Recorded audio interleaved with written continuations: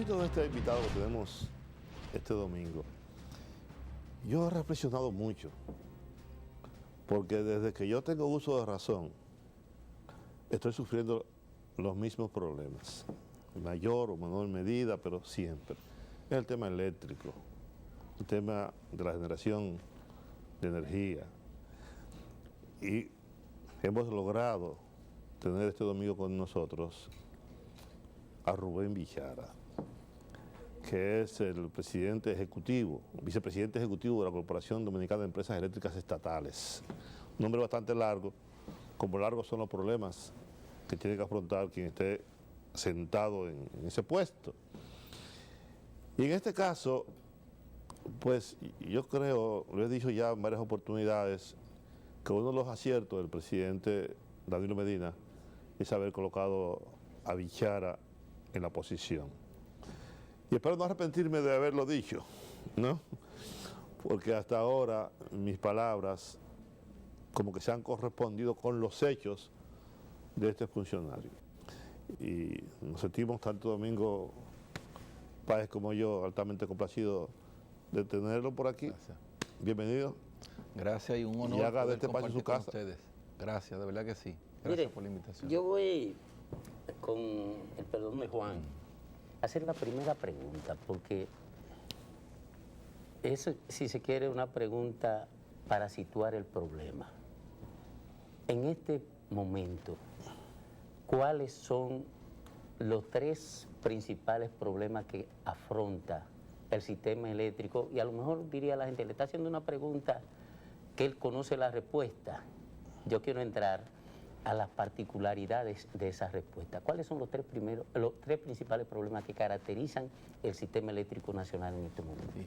Miren, definitivamente es que el sistema eléctrico dominicano sufre hoy las consecuencias derivadas de una ausencia de inversión. Es lo primero, hay mucha inversión atrasada. O sea, el sistema ha ido desarrollándose, pero no ha sido objeto de las inversiones necesarias para poder atender una demanda creciente y la sustitución de unas plantas que ya son totalmente ineficientes. Esa ausencia de inversión en todos los ámbitos, porque no solamente en la parte de la generación. Si tú tomas la parte de transmisión, te vas a encontrar con que hay un problema tan grave como el de la generación. Tú puedes tener energía y no tienes cómo transportarla. Tú puedes poner una planta, pero no tienes que tener cómo evacuar esa energía para que llegue donde tú quieres que llegue. Hace falta mejorar la red de transmisión y eso requiere un alto también monto de inversión para hacer eso. Y eso debe acompañar el plan de generación. Tú tienes también el tema de un parque de generación que el 60% de su producción se indexa de acuerdo al valor del petróleo. Entonces eso te hace una energía sumamente costosa, pero además tienes una demanda creciente que ya la oferta no la puede satisfacer.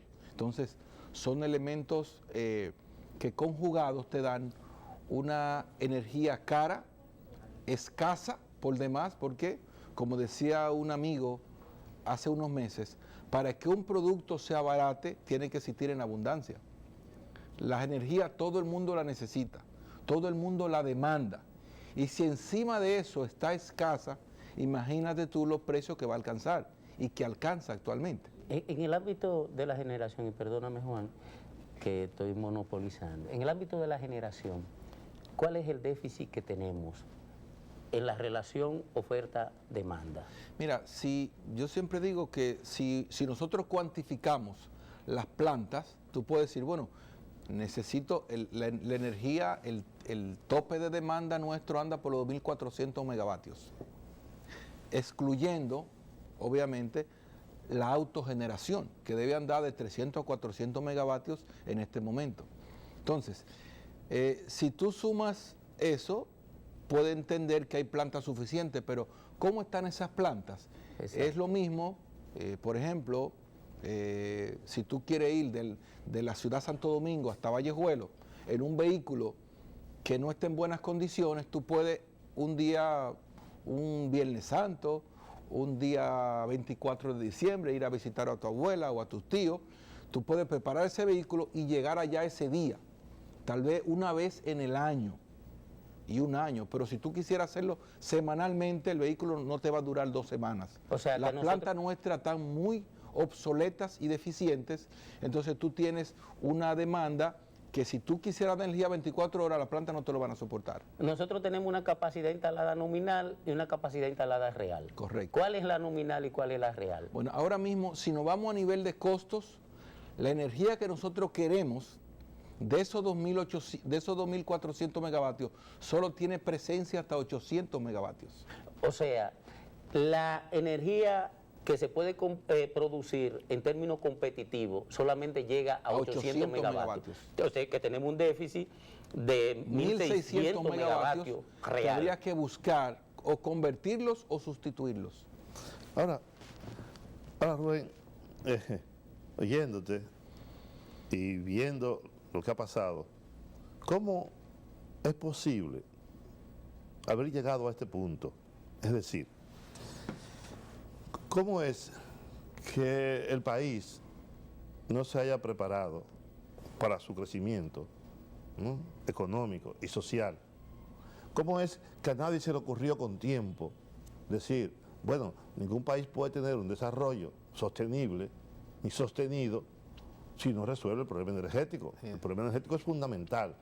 Y llegamos a este punto con una deuda, con un déficit, con un problema tan grande que resolverlo no se logra, digamos, en 6 meses o un año, por más voluntad que haya. Ni en 4. Se requiere de muchos recursos, como bien tú acabas de decir, y de una voluntad política que no quiera hacer cada 4 años algo distinto, que yo siento que es un poco lo que ha pasado. Algunos se han olvidado del tema, otros no, pero ahora yo siento que finalmente a alguien dice, no, porque el país no puede seguir sumido en esta crisis y en este problema. Hay que resolverlo del modo que sea, no importa cuál sea la inversión. ¿Cómo hemos llegado hasta aquí? ¿Por qué? Mira, ahí lo que planteas es una verdad de todo el tamaño del mundo y yo atribuyo esa falta, digamos, de acción en cuanto al problema a lo que implica resolverlo. No es un problema, esto ha sido muy puntual, que se resuelve en 6 meses, ni en un año, ni en 2, ni en 3. O sea, el construir una planta tiene un proceso, pero lo que no se inicia no se termina. Claro. Y cuando tú lo analizas, digo, bueno, pero ¿qué cuesta hacer una planta a carbón? Te cuesta durar 2 años haciendo estudios para poder mandar a hacer esa planta. No es que tú buscas una, te la regalan y la pones ahí. Tienes que estudiar, por lo menos hay 27 estudios que hay que hacer para mandar a desarrollar una planta a carbón. Y si es una planta a gas, entonces, bueno, la planta a gas tú la puedes lograr en 2 años, pero ¿y dónde está la terminal para alimentar esa planta? Dura 3 o 4 años construir una terminal.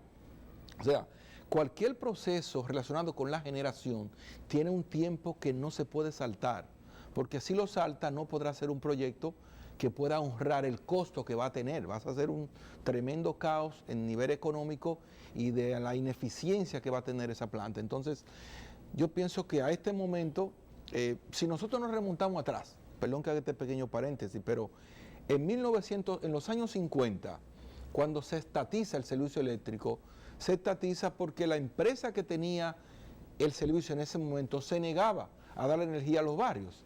Y no se lo daba porque era difícil cobrarlo. Claro. El gobierno decide estatizar y empezar a dar energía para evitar una revuelta social. De ahí empieza el tema de una energía que se da pero no se cobra. Y de eso hace casi 70 años.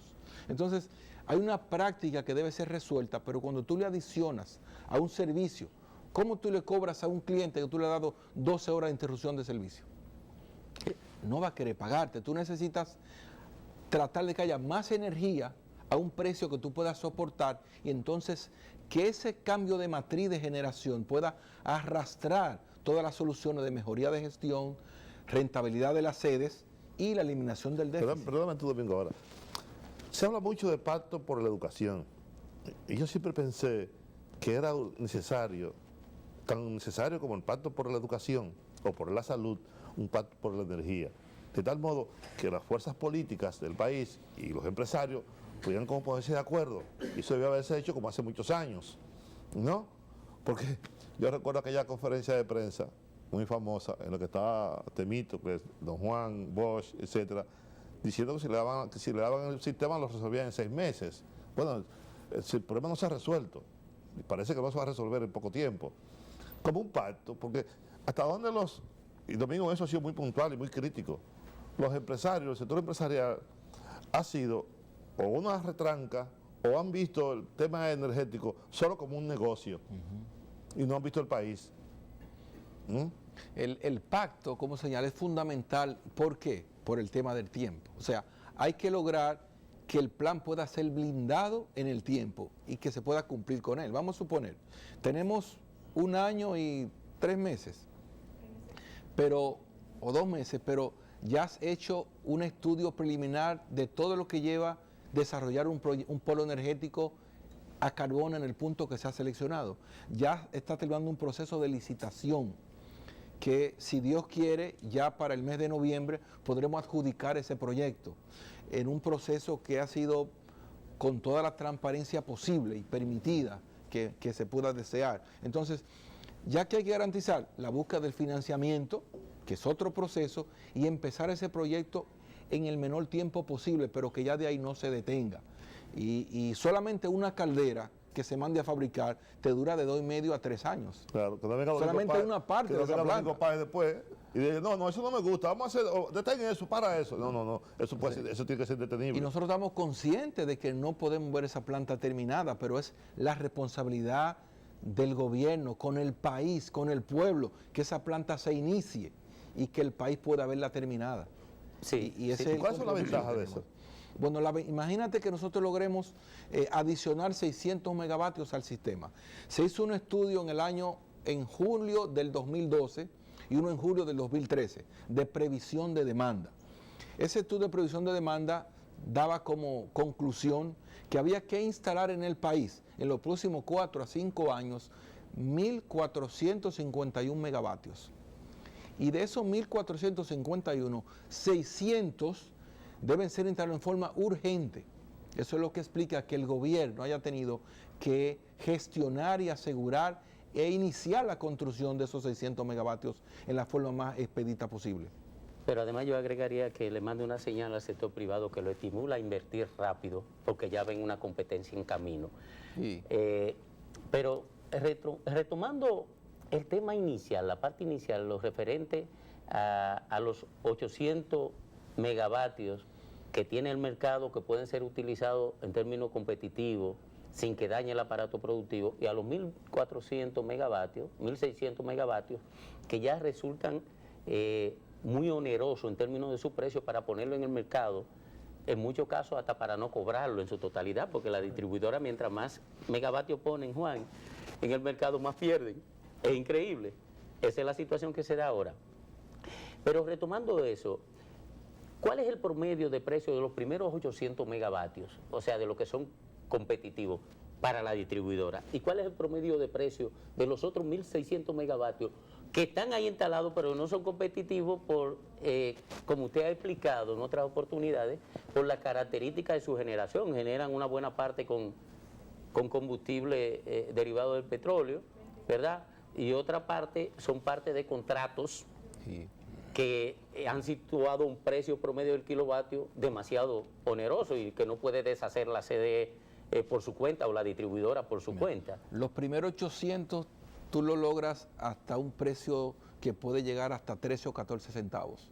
De ahí en adelante el resto te sobrepasa hasta los 40 centavos. Hasta los 40, para venderlo a un promedio de 22. De 20 y de 18. De 20 y de 18. Entonces, o sea, ya ustedes, por eso es que ese descalce es lo que genera el déficit, que nosotros le llamamos subsidio, que no es un subsidio a nosotros realmente, es un subsidio a un costo de un parque que el país no lo soporta. Lo que estamos hablando entonces, licenciado, es que necesitamos instalar rápidamente 1.500 megavatios.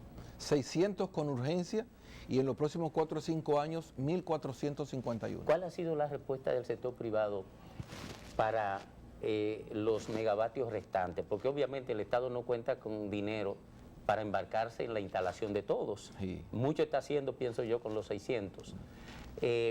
Pero ¿cuál ha sido la respuesta en términos del plan? Después que usted presentó aquel plan en el hotel Sheraton, me parece que fue. Sí, sí.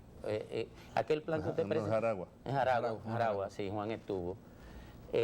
Después de ese plan que usted presentó, abriéndole un espacio de participación al sector privado, abriendo un espacio para la iniciativa mixta y definiendo el espacio en el que participaría el Estado de manera directa. ¿Cuál ha sido la respuesta en el sector privado? Esa respuesta, por favor, usted nos la va a dar después que regresemos de los comerciales. Bien. Volvemos enseguida. No se muevan.